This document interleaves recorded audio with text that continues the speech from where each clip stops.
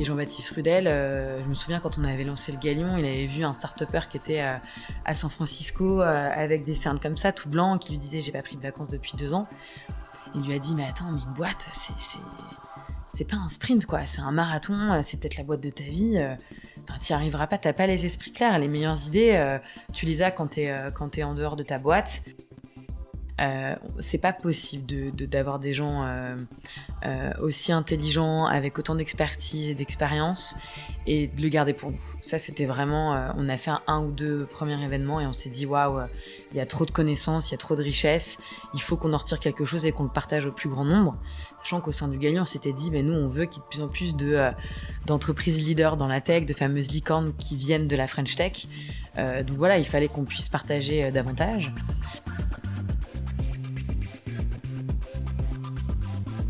Nous sommes riches des personnes que nous rencontrons. Bonjour à tous, je m'appelle Vincent Dallot. Je suis cofondateur de Novlini, un cabinet fondé par un trio d'étudiants entrepreneurs hyperactifs, pionniers de la stratégie digitale nouvelle génération. Je suis ravi de vous accueillir pour ce nouvel épisode de Gross Up. Et Gross Up, c'est quoi ?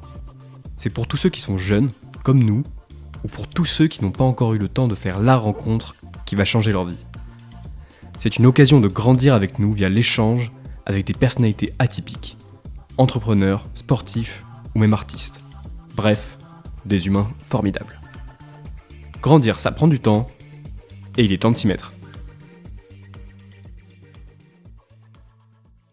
Bonjour à tous, on se retrouve aujourd'hui pour ce nouvel épisode de Gross Up en compagnie de Agathe Vautier. Je prononce bien le nom de famille, c'est ça ? Très bien. Donc Agathe Vautier, CEO du Galion. Donc on est aujourd'hui dans le QG du Galion.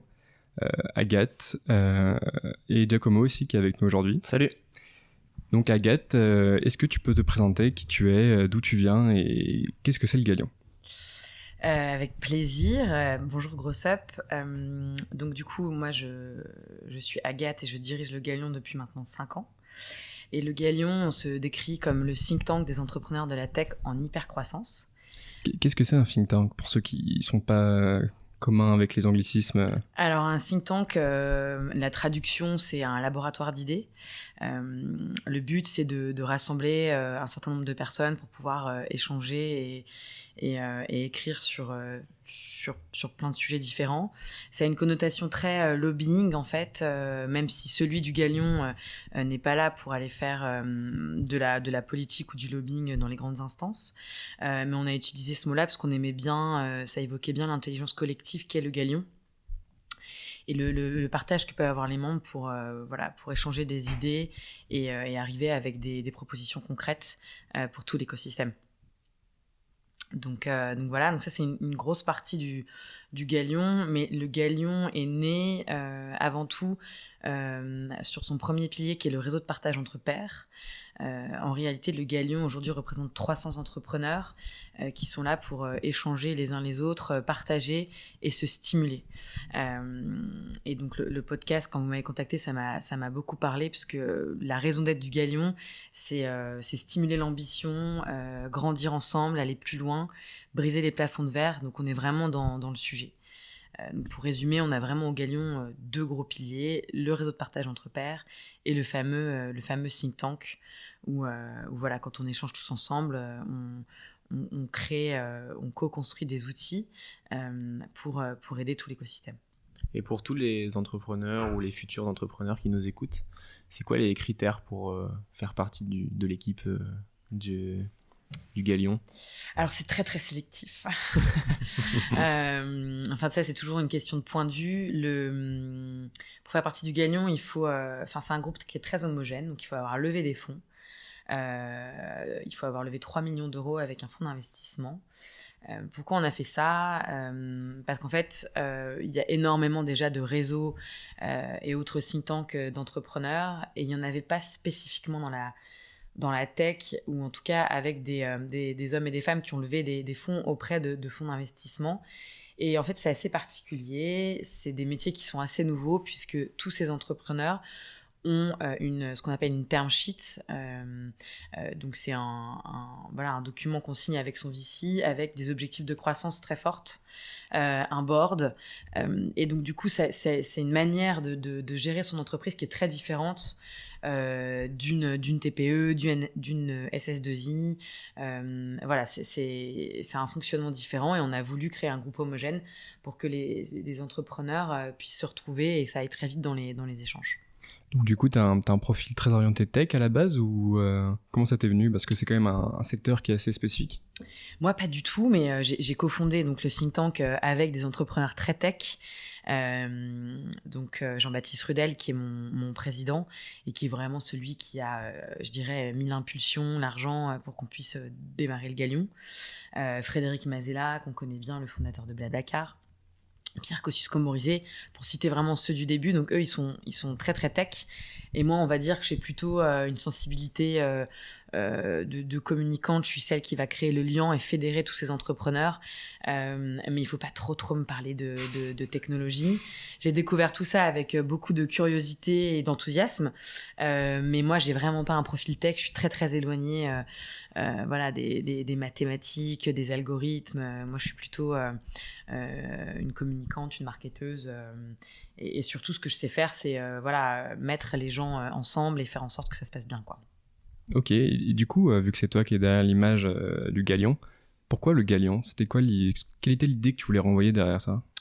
Alors, le Galion, on l'a trouvé avec Jean-Baptiste. En fait, ce qui s'est passé, c'est que quand moi, j'ai démarré l'aventure, le Galion est né de l'envie d'entrepreneurs de faire du kitesurf ensemble. Donc, c'est un peu comme les Américains, comme Richard Branson avec le Mai Tai, pour ceux qui connaissent. Et donc, en fait, moi, j'ai rencontré un entrepreneur et on s'est dit, OK, on va faire comme les Américains. Dans la Silicon Valley, on va faire du réseau tout en faisant du kitesurf. Et donc, on est parti à Saint-Martin. Au début, je me suis dit, on va se retrouver à Troyes. Et en fait, il y avait quand même Jean-Baptiste Rudel, Frédéric Mazella, qui ont appelé tous leurs copains qui venaient de New York, Boston et pas mal de la France. Et on s'est retrouvés à Saint-Martin à faire du surf dans la baie du Galion. Ah, et en fait, c'est là d'où vient ce nom. Et c'était aussi un clin d'œil aux navires qui ont permis de conquérir les États-Unis. C'était un peu les Européens, les Frenchies, à la conquête du monde. Donc on aimait bien ce petit clin d'œil à l'événement fondateur qu'on a fait en décembre 2014 et au côté un peu conquérant avec ces navires qui ont su braver l'Atlantique. Du coup, le Galion a une volonté d'expansion. Vous voulez vous exporter à l'international ou pas du tout? C'est vraiment très franco-français comme initiative. Mais ça, c'est la grande question. Pour l'instant, c'est très franco-français, même si, en fait, on est aux États-Unis, on est un peu partout là où les entrepreneurs français sont. Beaucoup aux États-Unis et en Europe. On a un petit hub, on a un hub à New York, on a un hub à San Francisco, à Londres. Même si le gros du gros est en France, pour l'instant, il n'y a que des entrepreneurs français. Moi, mon rêve, c'est de créer un réseau européen d'entrepreneurs. Je pense qu'on aurait beaucoup à gagner, à échanger entre entrepreneurs européens, en plus face à la Chine et aux États-Unis. Donc voilà, aujourd'hui, la vérité, c'est que d'abord, on essaye vraiment de trouver notre business model en France et de se dire qu'une fois qu'on l'aura trouvé, on se développera à l'étranger. Le Galion, il a une histoire. Voilà, c'est d'abord une association qu'on a transformée en SS. Donc voilà, on est en train déjà de changer pas mal le modèle là en France. Et on se cherche un peu sur le modèle. On pense qu'on a trouvé ce qu'on voulait faire. Et une fois qu'on l'aura et qu'on aura notre produit un petit peu scalable, on ira je l'espère, en Europe, mais pas pour le moment. Moi, ce que je trouve assez fou, c'est que, l'image que j'en ai en tout cas des grands entrepreneurs de la tech, c'est des gens qui ont une personnalité hyper forte, j'ai l'impression, et qui peuvent être super sympa et tout, mais je me dis quand il y en a autant d'un coup, comment on réussit à fédérer et à faire une communion aussi. En tout cas, l'image que ça renvoie, c'est un truc super sympa, Ouais. le Galion. Donc ma question, c'est comment on fait pour qu'on ait une seule personne, réussir à fédérer tout ça, toutes ces personnalités? Déjà, je suis pas toute seule. Ouais. En fait, j'ai une équipe qui est avec moi, vous avez vu là ce matin, qui grossit petit à petit. Moi, j'ai mis un peu de temps à faire grossir l'équipe. J'étais un peu en mode maman avec ses bébés. Ok. J'ai eu du mal à lâcher. Mais tu poses une bonne question. C'est vrai qu'il y a... en fait, c'est des grands... Enfin, les entrepreneurs, c'est des visionnaires, c'est des explorateurs. Donc, c'est des gens qui aiment pas trop se faire... comment dire, l'idée entre guillemets, enfin ils aiment pas trop qu'on leur dise quoi faire. Franchement, moi j'ai passé beaucoup de temps à casser un peu les égos. Après c'est quand même un écosystème dans lequel ils adorent co-construire ensemble, partager. Ils aident énormément les nouvelles générations. Donc en fait, ça fait partie aussi un peu de leur ADN que de partager et d'échanger ensemble. Et puis après, quand il y a un peu trop d'ego, ou bon bah moi je suis un peu là pour casser ces égos là, mais franchement c'est aussi une bonne bande de copains quoi. Et donc l'idée c'est de garder un peu ce côté là de bande de copains qui aiment bien partir ensemble, échanger. Donc voilà, j'ai pas tellement besoin, j'ai envie de garder cette image sympathique de gens qui ont envie d'échanger ensemble. Et puis après il y a des gens qui s'y plaisent pas et qui partent parce que justement ils sont trop solitaires et qu'ils n'ont pas super envie d'échanger ensemble quoi. Et est-ce que quand il y a des événements organisés, enfin du coup ça rejoint un peu la question d'avant, comme l'ambiance est censée être très cool et très entre copains justement, etc., réseau, est-ce que les gens y vont avec une mentalité je vais au taf, ou est-ce qu'ils y vont genre je vais me détendre et je vais découvrir d'autres gens super intéressants, etc. Écoute, moi je suis pas hyper subjective, mais en tout cas ce que j'essaye de leur donner c'est un poumon de respiration. Donc là on a fêté nos 5 ans mercredi dernier, et je pense que c'est des gens qui sont tellement sollicités et qui portent tellement quelque part un manteau en permanence, dans le sens où ils sont soit chefs d'entreprise avec leurs collaborateurs, soit ils ont un rôle aussi vis-à-vis de leurs clients, vis-à-vis de leurs actionnaires, vis-à-vis de leurs partenaires, etc.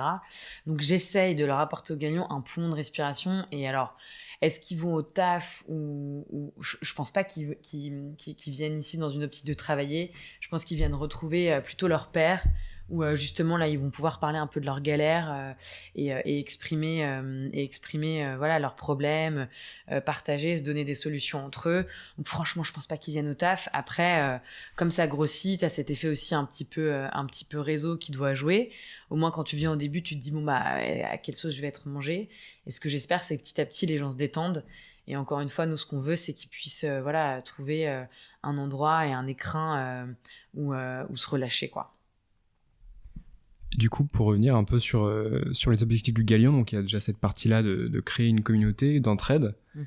et il y a aussi une volonté de produire, ce que tu me disais tout à l'heure vis-à-vis de la term sheet.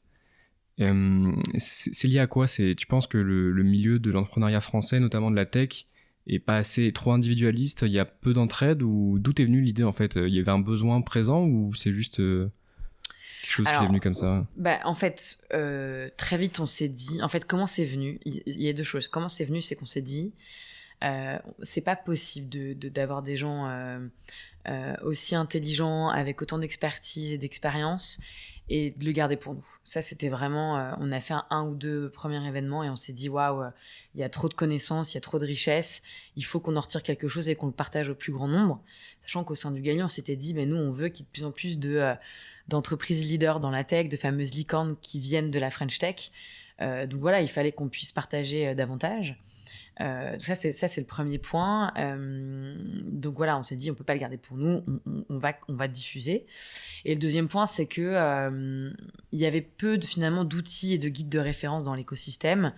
Et avec Jean-Baptiste, on a remarqué qu'il y avait beaucoup de littérature qui venait des États-Unis, du milieu anglo-saxon. Il y en avait peu qui venaient de la France.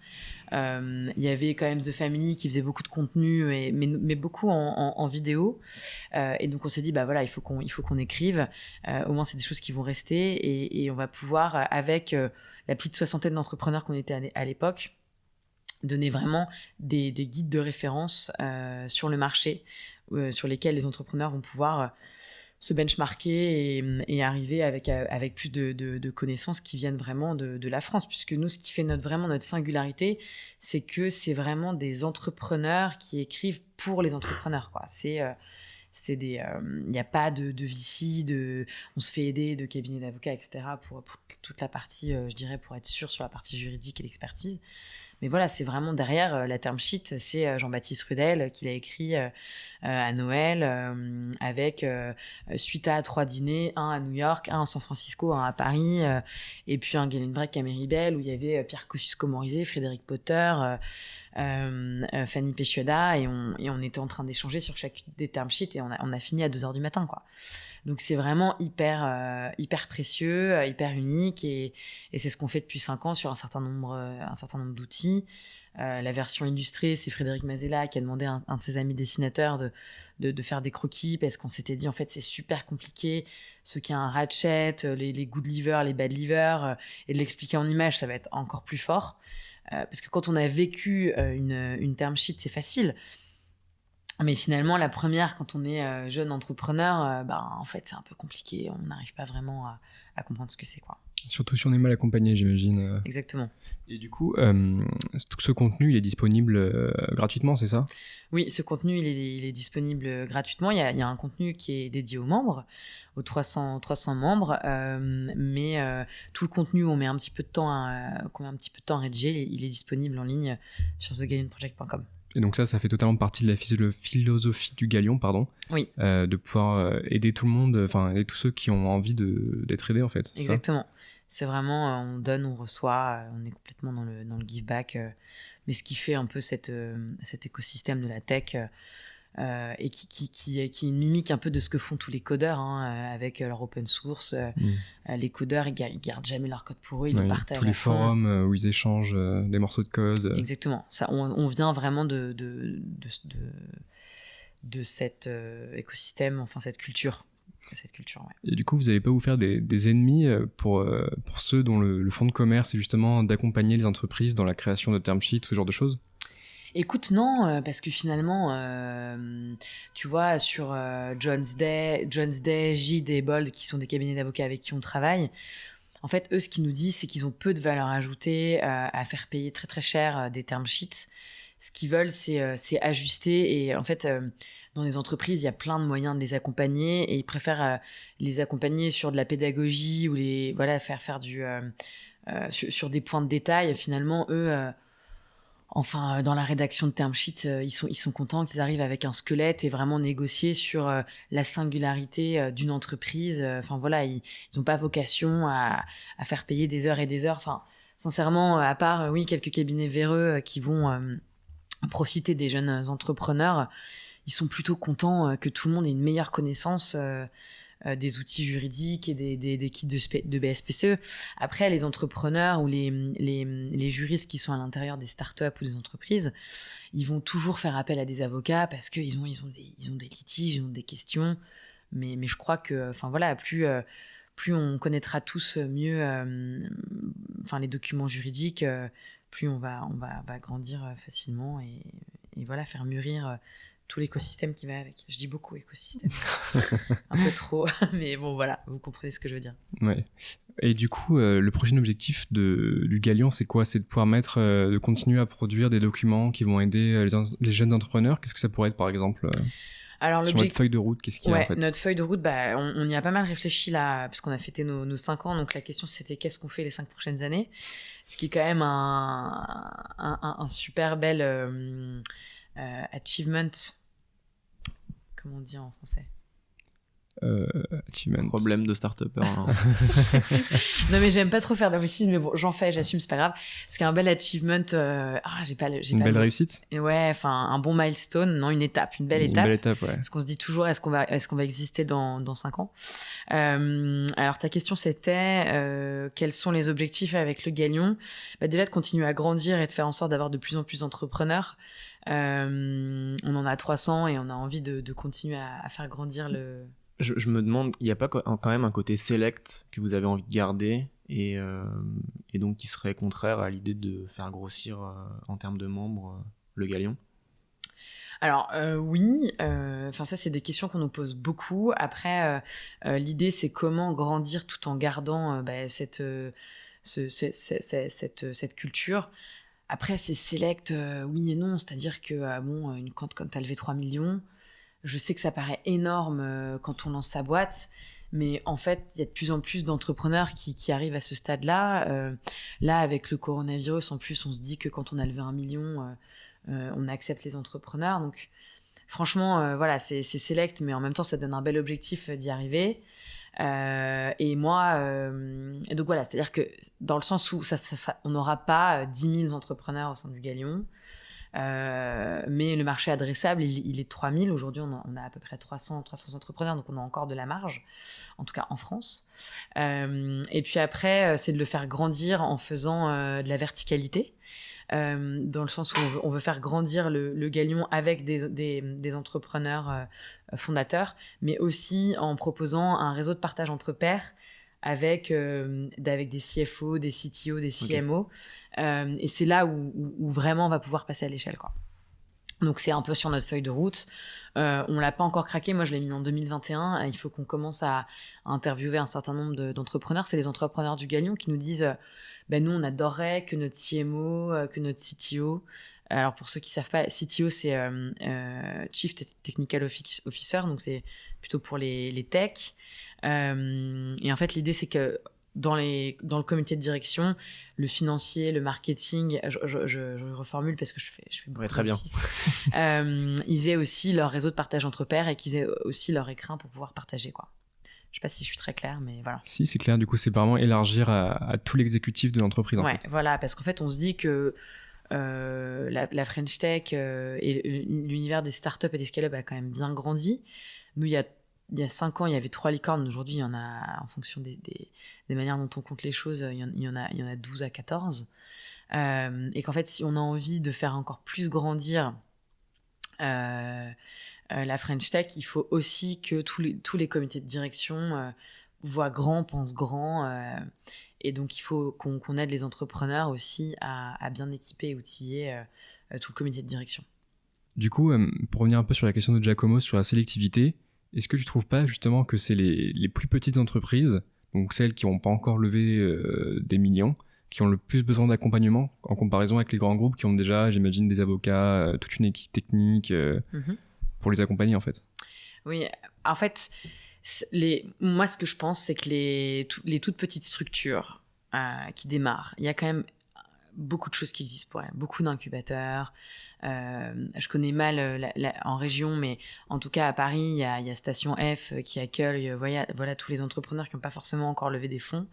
Il est assez facile de trouver un incubateur, un accélérateur quand on n'est pas... plutôt un incubateur quand on n'a pas encore levé de fonds. Et ensuite, pour moi, quand tu as levé 1 ou 3 millions, tu es encore petit. C'est-à-dire que c'est des structures qui ont 5 à 20 personnes. Ce qu'on avait vu il y a 5 ans, c'est que finalement, quand tu arrives à une structure où tu as entre 20 et 60, tu es assez seul. Parce que t'as pas forcément encore, t'es pas encore forcément assez grand pour l'accélérateur. T'as pas encore énormément de fonds. Et donc moi, je pense que c'est un moment justement crucial quand ton entreprise grandit où tu as besoin d'être accompagné. Donc on était un peu dans un espèce de ventre mou là, où on avait vraiment besoin d'aider les entrepreneurs, tu vois, qui ont entre 20 à 120 employés, qui ont levé entre 2 à 10 millions.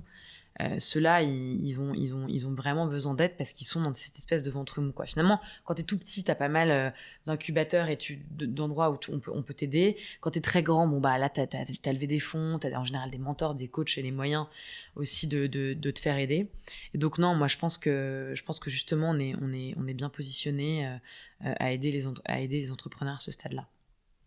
Et du coup, vous avez rien de...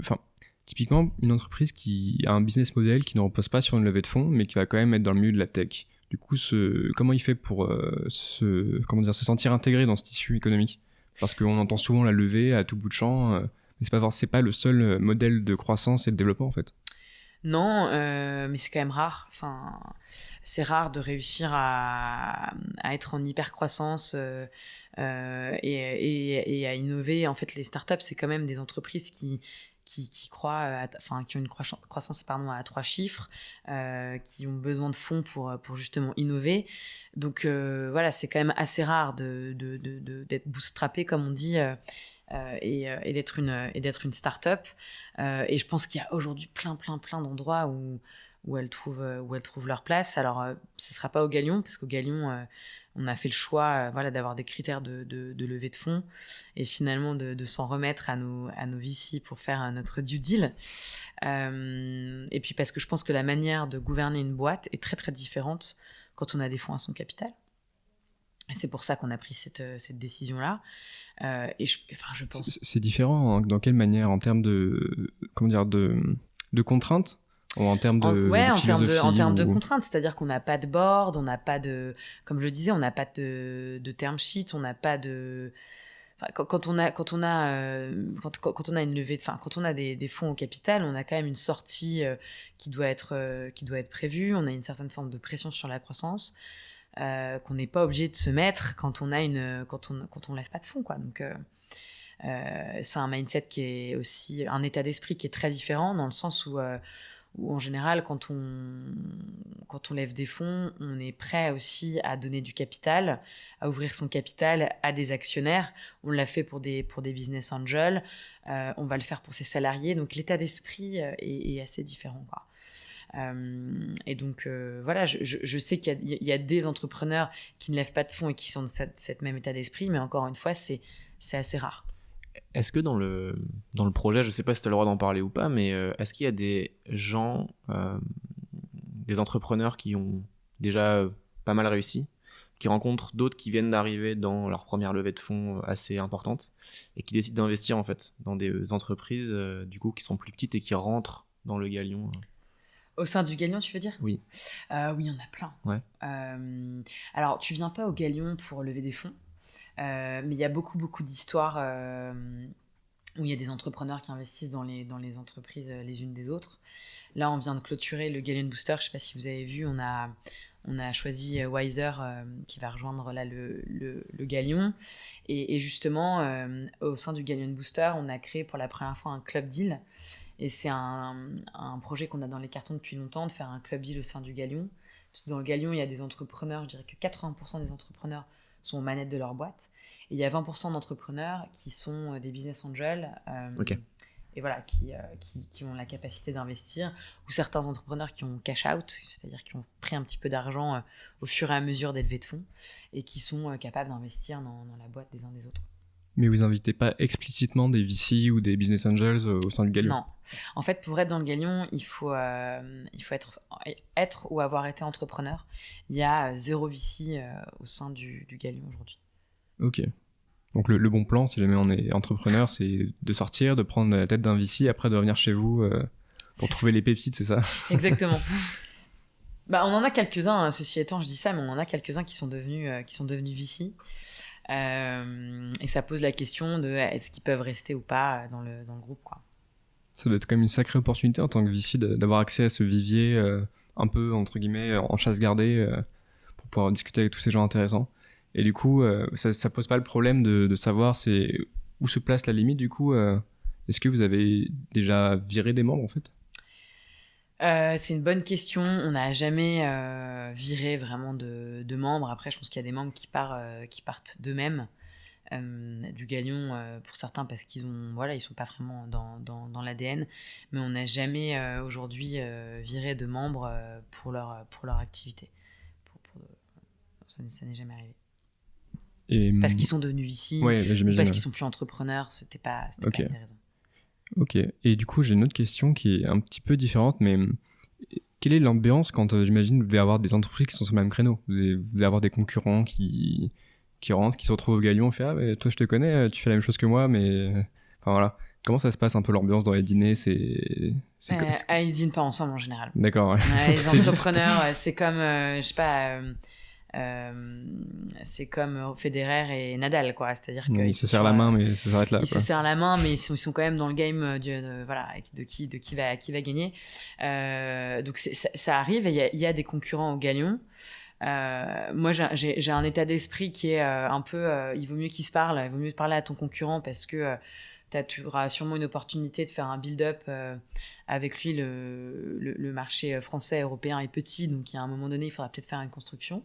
Donc c'est pour ça que je trouve ça intéressant qu'ils se parlent. Une construction, c'est-à-dire c'est-à-dire travailler ensemble pour être plus fort et conquérir un marché encore plus grand. Sauf que bon, en général, ils me disent t'es mignonne Agathe, mais nous on est sur un terrain voilà, on veut gagner quoi. Et ce qu'on fait, c'est que en général, ils sont pas dans les mêmes dîners, ils vont pas forcément sur les mêmes Galleon Break. Ils ont pas, voilà, parce qu'ils ont envie d'être au Galion pour pouvoir partager vraiment sans réfléchir. Et s'ils se retournent et qu'il y a quelqu'un qui les écoute derrière, c'est un peu désagréable. Donc voilà, on a des concurrents, mais déjà, enfin, peu. Et c'est la raison pour laquelle aussi on est en train de réfléchir à reconstruire des groupes de confiance dans lesquels tu n'auras pas ton concurrent ou potentiellement pas ton business angel, etc. C'est un peu comme les plans de table à un mariage où ouais, exactement. on évite qu'il y ait les oncles qui se parlent plus ensemble. Et on comprend encore une fois la difficulté de toi et toute ton équipe d'organiser et de coordonner ce genre d'événements avec des gens qui peuvent pas se croiser. Ouais, c'est fou. Des personnalités assez fortes aussi, comme tu l'as déjà dit tout à l'heure. Ok, et du coup, moi j'avais une autre question, c'est comment est-ce que t'es arrivé à motiver ces gens? Parce que j'imagine que t'avais déjà un backup qui était ton associé, mais comment tu as fait pour t'intégrer dans ce milieu qui est quand même assez spécifique, assez fermé? Étant donné que tu n'avais pas toi-même d'entreprise et que tu ne viens pas d'un milieu entrepreneurial en particulier. Et ben ça. Comment tu t'es fait accepter? Parce que c'est quand même une communauté qui est assez forte. Enfin, on le voit à l'esprit que tu as créé autour de ça, mais... Écoute, je pense qu'il faut faire, en fait. Ça a été super dur. Franchement, c'est facile après 5 ans de mettre une combi noire avec des talons et de fêter les 5 ans en grande pompe. Mais en vrai, c'était super dur au début. Je m'asseyais pas à la même table qu'eux parce que je me disais, mais qu'est-ce que je vais bien pouvoir leur raconter? Ils sont beaucoup trop intelligents pour moi. Et donc en fait j'ai construit petit à petit le Galion avec 1, 2, 3 ma relation. Je les ai beaucoup écoutés, j'ai beaucoup itéré. À chaque fois que je faisais des feedbacks, qu'ils me faisaient des feedbacks, je rectifiais le tir. Donc en fait j'ai construit un événement, 2 événements, un outil, 3 outils. Et puis voilà, petit à petit j'étais toujours là avec un Galion qui grandissait. Avec Jean-Baptiste Rudel qui me laissait petit à petit la main, qui a été très présent au début, avec les membres fondateurs. Il a joué un peu le rôle d'entremetteur. Il a joué le rôle de mentor, de business angel. Il a été opérationnel au début. Mais en fait, moi, comme je savais pas faire et que j'étais toute seule, je me suis vachement entourée de tous. J'ai pris un peu de chacun et j'ai construit ça. C'est pour ça que quand je leur dis que le Galion, c'est eux, j'ai fait un discours... pour les 5 ans, c'est vrai, j'ai passé énormément de temps à les regarder, à faire beaucoup de mimétisme, à m'en inspirer. J'ai passé beaucoup de temps à des cafés, à des déjeuners, à prendre des conseils. Et donc voilà, petit à petit, j'ai pris un peu la carrure. Et puis moi, je suis assez cash. J'ai pas vraiment regardé un peu les jeux de pouvoir, les différents groupes qu'il pouvait y avoir dans la tech. Je suis arrivée avec ma naïveté. Et je pense que c'est ça qui m'a aidée. Et j'ai eu un trésorier aussi, Florent Boutelier. Moi, j'étais pas entrepreneur, je savais pas comment gérer un PNL. Il m'a beaucoup aidé. Enfin, tous, ils m'ont énormément aidé. Tout un nombre de femmes, comme Alice de Sagazan, Fanny Pécheda, Rana Belkaya. Enfin, il y en a plein qui m'ont... je me suis un peu... J'ai pris... plein de mini coachs, mentors qui sont des gens extraordinaires. J'avais une chance de malade, donc je me suis accrochée à eux. Puis petit à petit, maintenant enfin, ça va. Mais au début, c'était compliqué. Ouais. Moi, j'ai une question qui rejoint un peu la dernière. C'est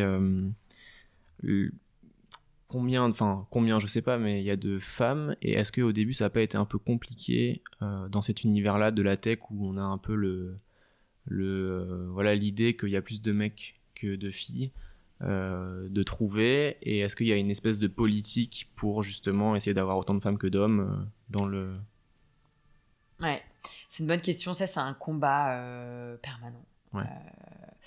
On a 25% de femmes au Galion, donc franchement c'est pas beaucoup. C'est un peu plus que dans la tech en général. Je crois qu'il y a à peu près 15% de femmes entrepreneurs. Donc, franchement, moi, je fais des programmes, notamment, on en a un avec la BNP où ils payent une partie du membership des femmes et donc faut aller les chercher. Elles viennent pas comme ça. En plus, c'est assez impressionnant le Galion comme ça vu de l'extérieur parce que il y a beaucoup d'hommes assez successful, donc il faut y faire sa place en tant que femme. Franchement, on a encore beaucoup de travail sur le sujet. atteindre la parité. C'est quelque chose tous les trimestres, je reprends le sujet à bras le corps. C'est le même sujet sur la diversité. C'est quand même un réseau qui est peu divers, hein, donc, et là on va s'y attaquer cette année. Il faut aller les chercher.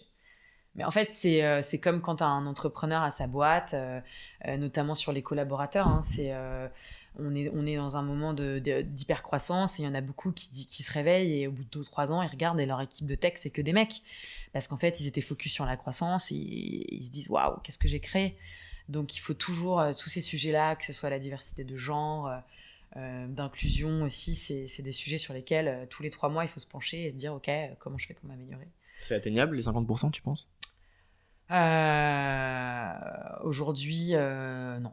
Aujourd'hui, c'est pas atteignable, mais bon, c'est un bel objectif à se fixer au moins dans 5 ans, je pense. Et l'approche entre un entrepreneur, un homme et une femme, c'est différent? Comment tu les approches? Ou alors c'est eux qui t'approchent, je sais pas. Donc, je fais plus de prospection avec les femmes, mais les femmes sont beaucoup moins réseau que les hommes. C'est-à-dire que les hommes, ils ont l'habitude de fonctionner en réseau, on leur a appris, c'est inculqué. Ils savent donner du temps à ça aussi, c'est-à-dire qu'eux, ils vont sans problème partir 2-3 jours, faire un Gallion break. Entre pairs, ils voient tout de suite... ils vont se l'accorder assez facilement. Les femmes, beaucoup moins, parce que déjà, elles sont à la tête d'une boîte, elles sont peu chez elles.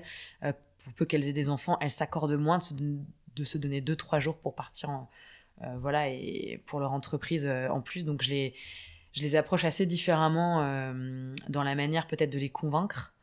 Mais sinon, après, une fois qu'elles sont... moi, je fais pas tellement de différence dans la manière dont j'échange avec eux.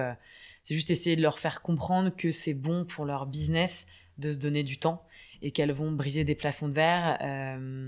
Elles lèvent moins de fonds, elles ont moins accès aux fonds. Donc il y a tout un discours, je leur dis, mais oui, mais c'est aussi en passant du temps avec des entrepreneurs qui ont, eux, levé des fonds et créé des grosses entreprises que toi, ça va te donner envie et te donner une autre ambition. Donc moi, j'essaie de les aborder comme ça. Et aujourd'hui, il y a toute une nouvelle génération qui est quand même incroyable. Et moi, j'ai pas le même discours qu'il y a 5 ans. Et les femmes viennent beaucoup plus au Galion que maintenant. Et puis, il y a aussi plus de femmes.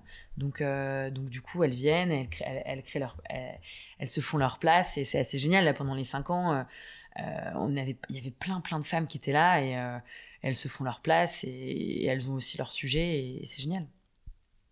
Et tu les connais toutes et tous ou pas? Ou c'est... plus ou moins des connaissances de loin? Non, je les connais pas tous et toutes, malheureusement. Au début, c'était un peu le passage obligé, le rite de prendre un café avec moi ou au moins d'échanger par téléphone. Et en fait, j'ai fait 2 bébés ces 3 dernières années. Et donc, j'ai eu des moments où j'étais pas là. Et puis, quand tu grandis, il faut lâcher prise. Donc, moi, j'ai mon équipe aussi qui connaît hyper bien le Galion, qui a la culture. Et donc, je connais malheureusement pas tout le monde. Mais voilà, c'est pas très grave. Il faut donner des relais aussi dans l'entreprise. Et là, je recrute Gauthier qui va arriver bientôt. Et c'est lui qui va se charger de rencontrer un peu tout le monde. Et ça a été facile parce que du coup, je disais tout à l'heure que c'était peut-être difficile de s'intégrer autant dans un réseau quand on n'est pas soi-même entrepreneur. Du coup, maintenant, vu que tu es CEO du Galion, on peut le dire que comme si tu avais monté une boîte, c'est la même chose, quoi. Ça n'avait pas été trop dur en tant que CEO de devoir, entre guillemets, faire un break pour prendre du temps pour toi, pour ta vie familiale, par exemple? Comment tu as abordé ça? Parce que c'est très différent de la manière dont un homme l'aborde, j'imagine. Écoute, il y a le congé parental là qui va passer. Donc ça va être un peu pareil.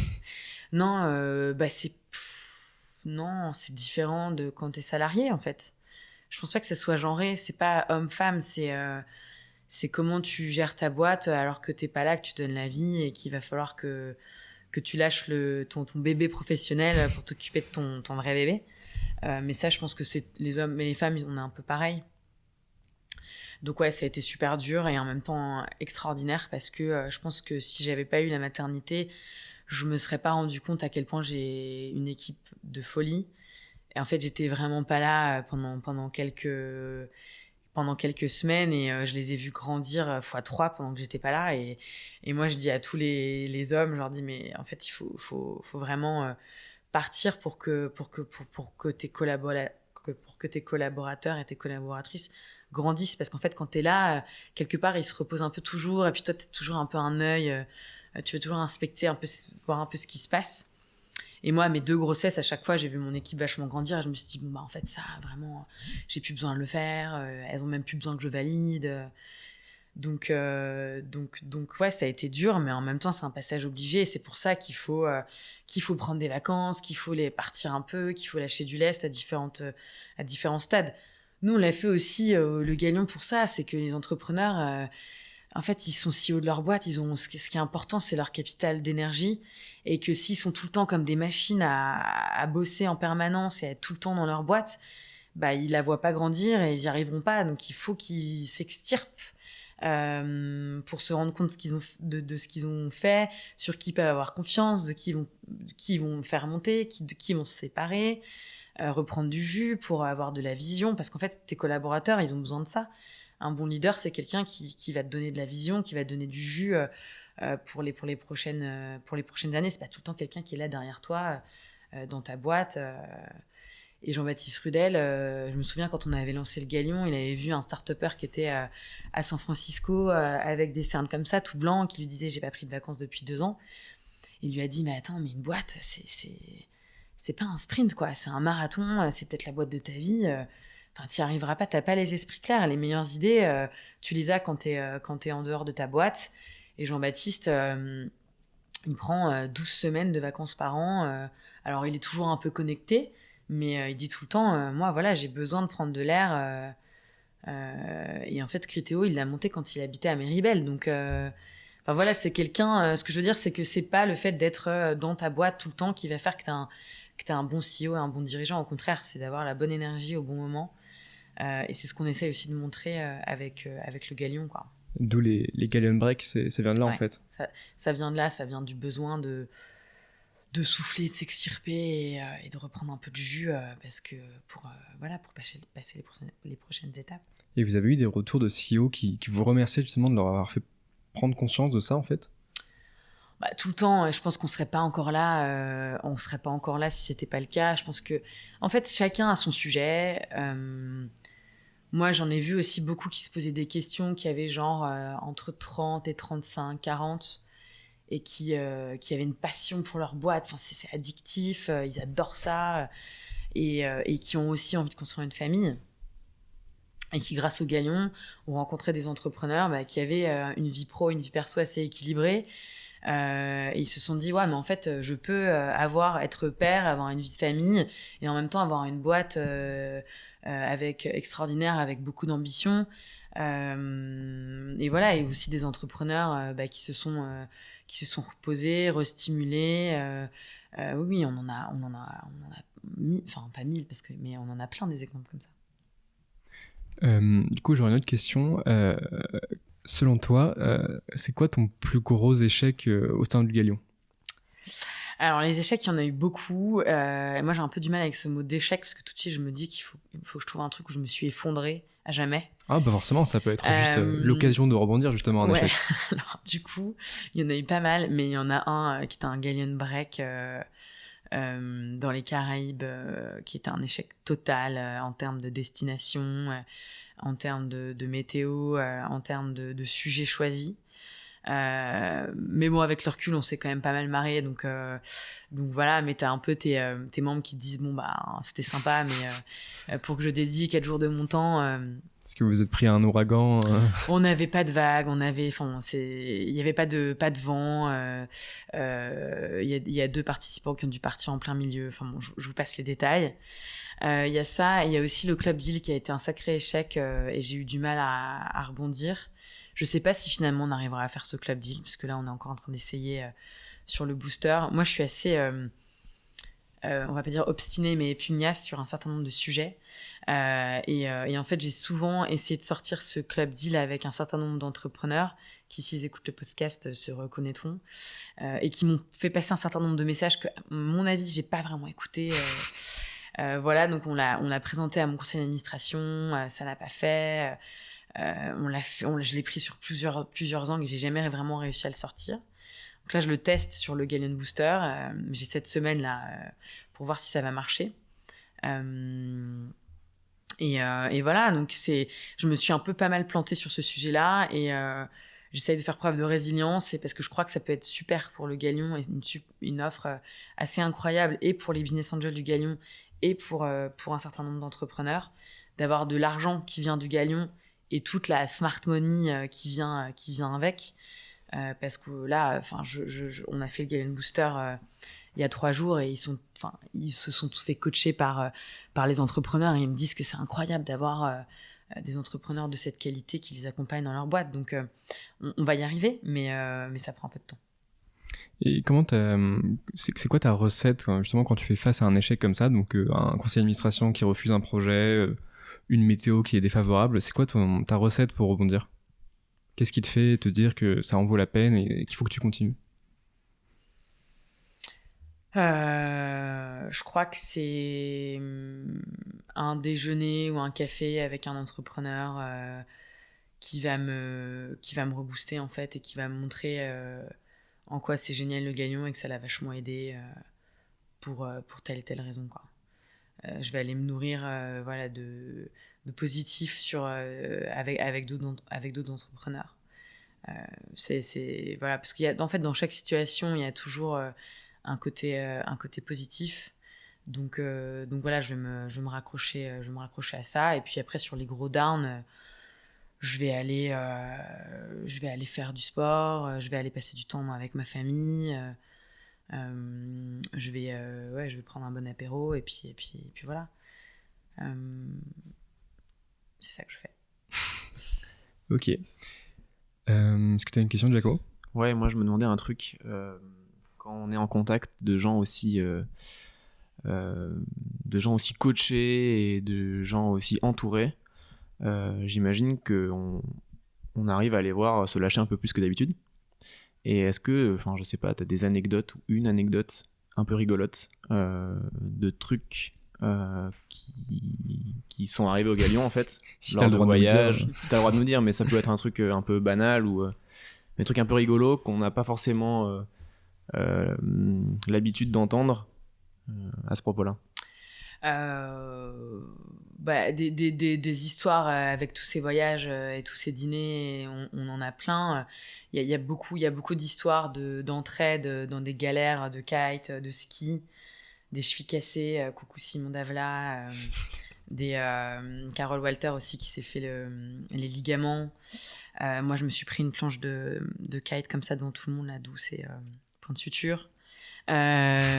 Décorés autour de la piscine. On a fait beaucoup de Galion Break où on était loin pendant des moments assez compliqués, notamment la mort de Johnny, où on a chanté Allumer le feu autour d'une piscine. Donc ça, c'est des anecdotes, on en a beaucoup. Pierre Kosciusko-Morizet qu'on perd au loin à Cape Town parce qu'il n'avait pas la bonne voile et qu'il n'avait pas encore vraiment le niveau pour s'essayer dans les vagues. Et la plus grosse anecdote, qui n'est pas une anecdote, qui est quelque chose d'assez extraordinaire, c'est l'aventure d'Alexandre Kézergue au sein du Galion, qui était mon directeur sportif sur le kite et qui est maintenant entrepreneur, et qui a amené avec lui un certain nombre d'entrepreneurs du Galion. D'ailleurs, il travaille avec mon ancien trésorier Florent Boutelier.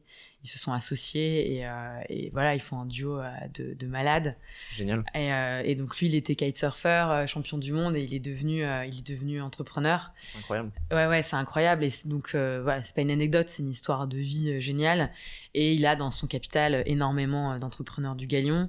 Donc je suis forcément super admirative de ce qu'ils sont en train de faire. Et des histoires comme ça au sein du Galion, il y en a plein, quoi. C'est un peu le bébé du Galion en fait. Ouais, c'est un peu le bébé du Galion. Il y a aussi énormément d'histoires d'amitié. Il fait partie du club du coup. Il a Pas intégré le club. encore. Il a pas levé les 3 millions, mais là je crois qu'ils ont pas mal de choses. Ça s'appelle Sirocco. Et vous irez voir. Et ils sont en train de lever des fonds. Il a déjà levé 2 millions, mais là il va faire une série A. On y est presque. Il manque plus grand chose. Ouais. Moi, j'aurais 2-3 questions pour terminer.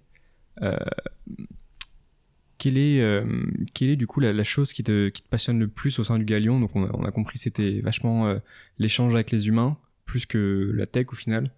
Est-ce qu'il y a quelque chose d'autre qui te motive, je sais pas, par rapport au fait de passer quelque chose, de léguer quelque chose aux prochaines générations ou quelque chose dans le style?